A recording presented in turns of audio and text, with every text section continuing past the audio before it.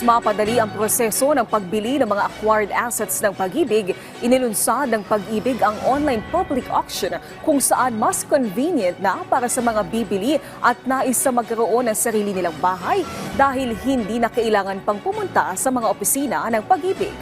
Bukas ito para sa lahat. Kinakailangan lang na mag-register, mag-upload ng isang government ID para magkaroon ng buyer's ID.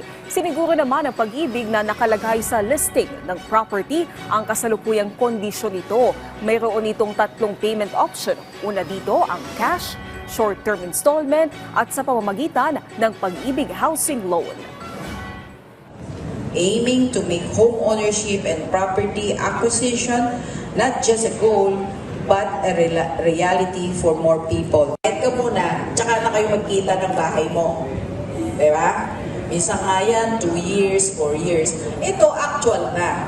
So, kapitan na lang ng kuryente tubig, pwede nang i-occupy. At konting hilamos.